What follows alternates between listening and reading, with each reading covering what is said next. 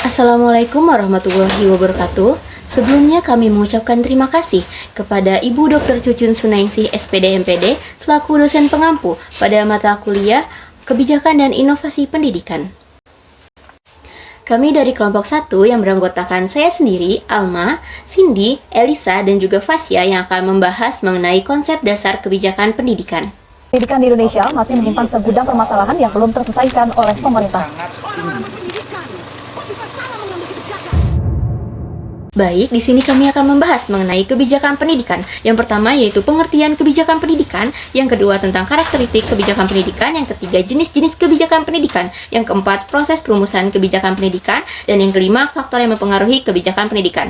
Selain kebijakan pendidikan, kami juga akan membahas mengenai kebijakan publik. Yang pertama yaitu pengertian kebijakan publik, yang kedua karakteristik kebijakan publik, yang ketiga jenis-jenis kebijakan publik, dan yang terakhir faktor yang mempengaruhi kebijakan publik. Baik, kita lanjut kepada pembahasan yang pertama, yaitu pengertian kebijakan pendidikan. Kebijakan pendidikan sendiri secara etimologis diambil dari bahasa Yunani, yaitu polis. Polis ini artinya yaitu negara ataupun kota. Maka dari itu, kebijakan pendidikan adalah suatu keputusan yang dibuat oleh pemerintah dalam bidang pendidikan sebagai reaksi dari munculnya berbagai permasalahan pendidikan yang dijadikan sebagai solusi dan inovasi untuk mencapai tujuan pendidikan. Berikutnya yaitu karakteristik kebijakan pendidikan. Ada beberapa karakteristik kebijakan pendidikan, diantaranya yang pertama yaitu memiliki tujuan pendidikan. Setiap pendidikan tentunya memiliki tujuan yang jelas dan terarah agar terciptanya pendidikan yang baik. Yang kedua, kebijakan pendidikan harus memiliki aspek legal dan formal. Legal dan formal di sini dimaksudkan kebijakan pendidikan harus mendapatkan pengakuan telah memenuhi prosedur yang telah ditentukan. Pendidikan yang ketiga yaitu memiliki konsep operasional. Nah, konsep operasional di sini merupakan seperangkat panduan yang bersifat umum yang dapat diterapkan dan memiliki pencapaian tujuan yang diukur secara jelas. Konsep operasional yang dimaksud pada bidang ini menurut Imron tahun 1995 yaitu yang pertama dibuat oleh yang berwenang. Rumusan kebijakan pendidikan tentunya harus dibuat oleh pihak atau para ahli di dalam bidang pendidikan supaya tidak terjadinya atau mencegah terjadinya kerusakan baik di dalam maupun di luar lingkungan pendidikan. Yang kedua yaitu dapat dievaluasi. Setiap kebijakan pendidikan tentunya memiliki kekurangan ataupun kesalahan karena mengikuti perkembangan zaman yang terus berkembang. Maka dari itu kebijakan pendidikan harus menyesuaikan terhadap situasi yang ada. Konsep operasional kebijakan pendidikan yang terakhir yaitu memiliki sistematika. Kebijakan pendidikan harus jelas dalam sistematikanya agar dapat membantu seluruh aspek. Pembahasan berikutnya yaitu mengenai jenis-jenis kebijakan pendidikan. Jenis kebijakan pendidikan yang pertama yaitu kebijakan dasar dan menengah. Kebijakan dasar dan menengah ini berhubungan sangat erat dan tidak dapat dipisahkan. Kebijakan ini berisi tentang aturan, sistem pendidikan dasar dan menengah seperti jenjang pendidikan, standar kompetensi, kurikulum, dan kebijakan wajib belajar. Jenis kebijakan pendidikan yang kedua yaitu kebijakan pendidikan tinggi. Kebijakan pendidikan tinggi ini merupakan bagian dari kebijakan pendidikan secara umum, namun secara khususnya mengatur penyelenggaraan pendidikan pada jenjang pendidikan tinggi. Pendidikan tinggi ini di Indonesia mencakup jenjang diploma, sarjana, magister, doktor, dan profesi. Kebijakan ini bertujuan untuk mengembangkan ilmu pengetahuan dan teknologi serta menghasilkan inovasi yang dapat mendukung pembangunan nasional. Berisi tentang aturan sistem pendidikan seperti jenjang pendidikan, program studi, standar kualitas, kurikulum, akreditasi, perguruan tinggi, dan kebijakan penelitian serta pengembangan. Jenis kebijakan pendidikan yang ketiga yaitu kebijakan pendidikan inklusif. Kebijakan pendidikan inklusif ini merupakan upaya untuk memastikan bahwa semua anak tanpa memandang latar belakang, kemampuan, atau kondisi mereka memiliki kesempatan yang sama untuk memperoleh pendidikan yang berkualitas. Kebijakan ini didasarkan pada prinsip bahwa setiap anak memiliki hak untuk belajar dan berpartisipasi dalam pendidikan, termasuk anak-anak dengan disabilitas atau kebutuhan khusus lainnya. Jenis kebijakan pendidikan yang keempat yaitu kebijakan pendidikan teknologi. Kebijakan pendidikan teknologi ini merupakan bagian dari kebijakan pendidikan secara umum yang secara khusus mengatur pemanfaatan teknologi dalam penyelenggaraan pendidikan. Kebijakan ini mencakup berbagai aspek. Yang pertama, mulai dari penyediaan infrastruktur teknologi, pengembangan konten pembelajaran digital, latihan guru dalam penggunaan teknologi, pembelajaran daring, dan pemanfaatan teknologi untuk memperbaiki proses belajar mengajar. Jenis kebijakan pendidikan yang kelima yaitu kebijakan pendidikan karakter. Kebijakan pendidikan karakter ini merupakan upaya menanamkan nilai-nilai moral dan etika yang kuat pada peserta didik. Kebijakan ini bertujuan untuk membangun karakter siswa yang lebih baik. Jenis kebijakan pendidikan yang keenam yaitu kebijakan pendidikan guru. Kebijakan pendidikan guru ini merupakan bagian terpenting dari kebijakan pendidikan secara umum. Kebijakan ini mengatur berbagai aspek terkait dengan guru, mulai dari rekrutmen, pendidikan dan pelatihan, pengembangan profesional guru, hingga kesejahteraan. Itu kebijakan pendidikan finansial. Kebijakan pendidikan finansial ini merupakan aturan pembiayaan pendidikan seperti bantuan keuangan untuk siswa kurang mampu, dana pendidikan, dan pajak pendidikan. Nah, jenis kebijakan pendidikan yang terakhir yaitu kebijakan pendidikan luar sekolah. Kebijakan pendidikan luar sekolah atau PLS ini merupakan bagian dari sistem pendidikan nasional yang memberikan kesempatan kepada masyarakat untuk dapat belajar dan mengembangkan diri di luar jalur pendidikan formal. Nah, kebijakan pendidikan ini berisi mengenai aturan pendidikan yang dilakukan di luar sekolah, seperti program pembelajaran jarak jauh atau PJJ, pendidikan orang dewasa, kursus, pelatihan, sanggar belajar, dan kelompok belajar. Selanjutnya yaitu proses perumusan kebijakan pendidikan. Pertama, penyusunan agenda kebijakan pendidikan. Penyusunan agenda kebijakan pendidikan merupakan tahapan awal yang sangat penting dalam proses perumusan kebijakan pendidikan.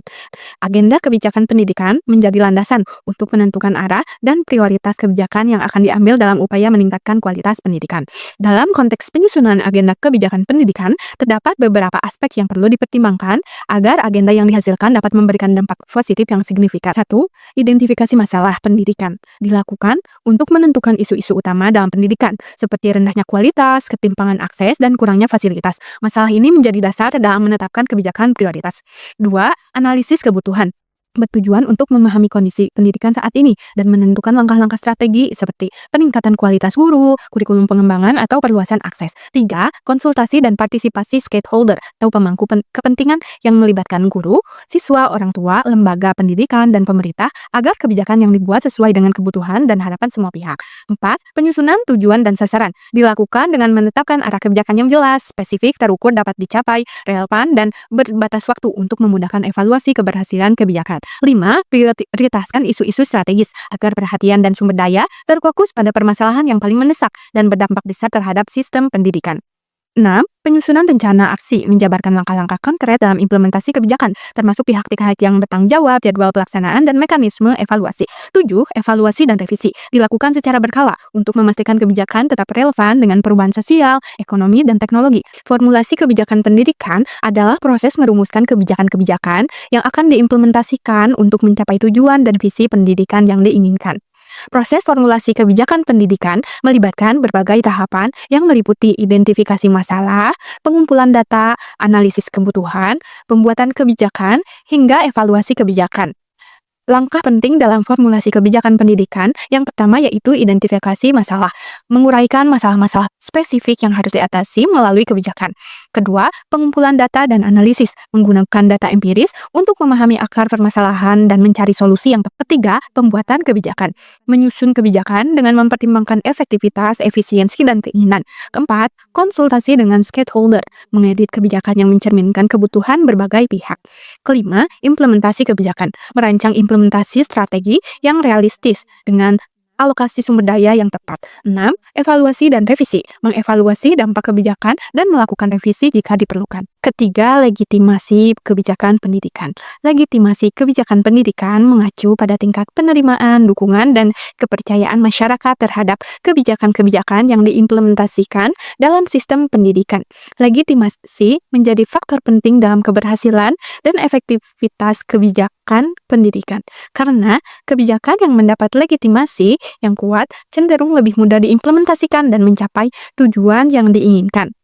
Faktor yang mempengaruhi legitimasi kebijakan pendidikan pertama yaitu transparansi dan akuntabilitas. Verifikasi kebijakan dibuat dengan proses yang terbuka dan dapat dipertanggungjawabkan. Kedua, partisipasi masyarakat, melibatkan masyarakat dalam penyusunan kebijakan untuk meningkatkan penerimaan. Ketiga, konsistensi dengan nilai dan tujuan pendidikan. Kebijakan harus selaras dengan prinsip inklusivitas, keadilan, dan kualitas pendidikan. Keempat, komunikasi efektif, menyampaikan informasi kebijakan secara jelas kepada masyarakat. Kelima, evaluasi berkelanjutan. Kebijakan harus dievaluasi agar tetap relevan. 6.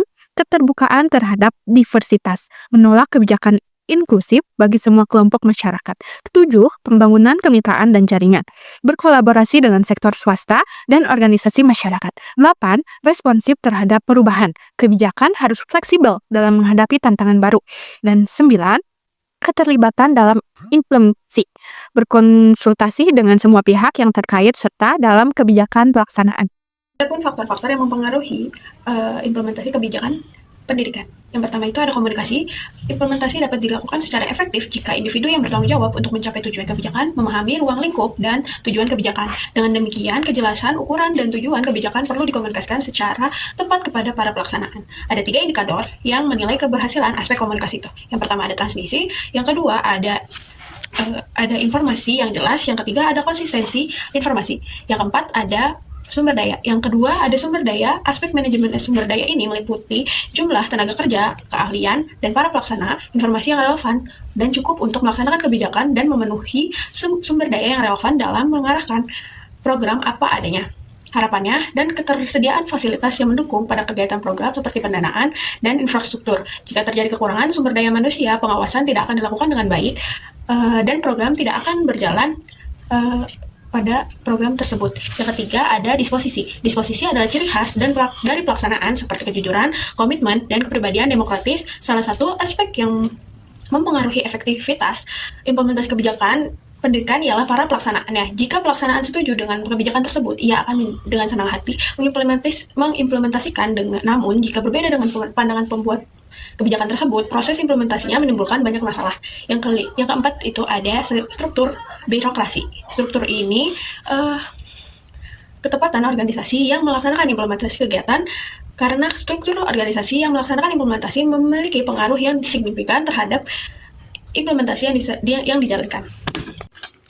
Selanjutnya, pengertian kebijakan publik. Kebijakan publik merupakan keputusan atau tindakan yang diambil oleh pemerintah atau lembaga publik untuk menyelesaikan suatu masalah atau mencapai tujuan tertentu yang berkaitan dengan kepentingan umum. Kebijakan ini tidak muncul begitu saja, tetapi dibuat berdasarkan kebutuhan masyarakat dan kondisi yang ada.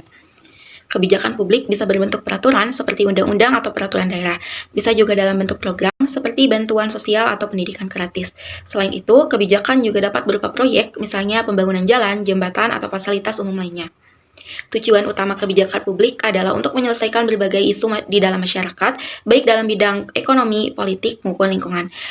Misalnya dalam bidang sosial, kebijakan publik dapat berupa program bantuan bagi masyarakat yang kurang mampu. Dalam bidang lingkungan, kebijakan publik bisa berupa regulasi tentang pengelolaan sampah atau larangan penggunaan plastik sekali pakai.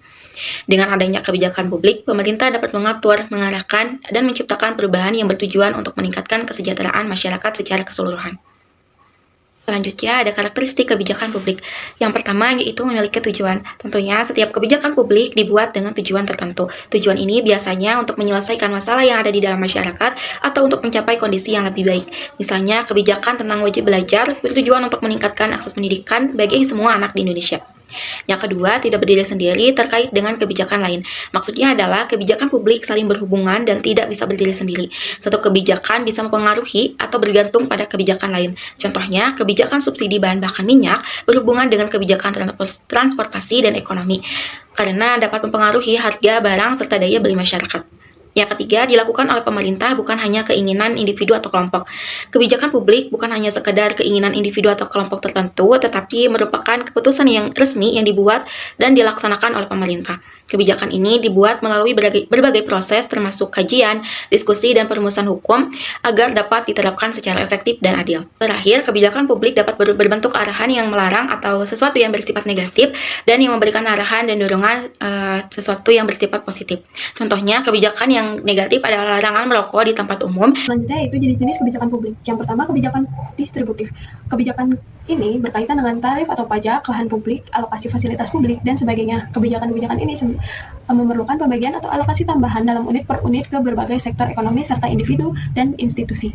Alokasi manfaat ini dilakukan secara terus-menerus dan didasarkan pada berpihakan dan keadilan sehingga setiap orang memiliki harapan yang baik untuk menerima keadilan bagian yang adil itu. Yang kedua itu ada kebijakan redistributif. Dalam jenis kebijakan ini ada transfer manfaat dari satu orang, sektor atau institusi ke orang lain. Faktanya bahwa suatu zona atau individu mendapatkan manfaat merupakan ancaman bagi orang lain yang menikmati sumber daya secara penuh atau tidak sama sekali. Kebijakan ini merupakan langkah pemerintah dalam membentuk kerangka hukum untuk mengurangi ketidaksamarataan dan keluhan marginalisasi. Karena adanya kecenderungan ini dari satu kelompok dan memberikan kepada kelompok lain sebagai atau seluruhnya, maka konflik dan ketegangan akan muncul secara alami. Yang ketiga itu ada kebijakan peraturan.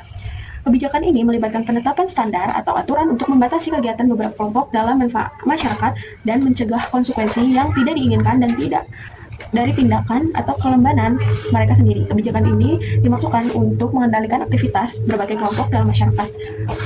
Sementara itu, mereka melihat aktivitas kelompok yang dilarang atau dikontrol sebagai ancamannya peraturan tersebut. Yang keempat itu ada kebijakan simbolis. Kebijakan ini merupakan program yang dibuat untuk mempromosikan perilaku atau tindakan tertentu. Hal ini dilakukan dalam bentuk pemberian penghargaan untuk menunjukkan sikap tertentu, seperti kebijakan ini memiliki tujuan simbolis. Hal tersebut merupakan dorongan bagi warga negara untuk berperilaku sesuai dengan keinginan dan seringkali untuk membangun rasa kebersamaan dan identitas bersama atau untuk merayakan karakter yang patut diteladani. Selanjutnya dilanjutkan oleh teman saya. Selanjutnya yaitu faktor yang mempengaruhi kebijakan publik. Faktor kondisi lingkungan yang dipandang bisa memberikan pengaruh terhadap pelaksanaan kebijakan. Faktor tersebut bisa berasal dari faktor sistem politik atau partai politik, nilai-nilai sosial budaya, agama, pendidikan, ras, faktor ekonomi, faktor wilayah, dan faktor informasi dan teknologi. Pertama, faktor politik. Sistem politik dan partai politik mempengaruhi arah kebijakan melalui keputusan legislatif dan eksekutif. Partai politik berperan dalam menyampaikan aspirasi masyarakat serta mengawasi pelaksanaan kebijakan. Kedua, faktor agama. Faktor agama membentuk nilai moral dan etika dalam kebijakan publik. Di beberapa negara, agama menjadi dasar hukum dalam kebijakan sosial, meskipun tingkat interaksinya bervariasi tergantung sistem pemerintahan. Ketiga, faktor pendidikan. Pendidikan berperan dalam meningkatkan kualitas sumber daya manusia dan menentukan kebijakan pendidikan nasional. Fokus kebijakan utama ini adalah peningkatan mutu, perluasan akses, serta penciptaan tenaga kerja yang kompetitif. Keempat, faktor rasial. Perbedaan ras dan etnis dapat mempengaruhi kebijakan publik, terutama dalam isu kesetaraan dan keadilan sosial. Kebijakan diskriminatif dapat menyebabkan ketimpangan dalam akses terhadap layanan publik.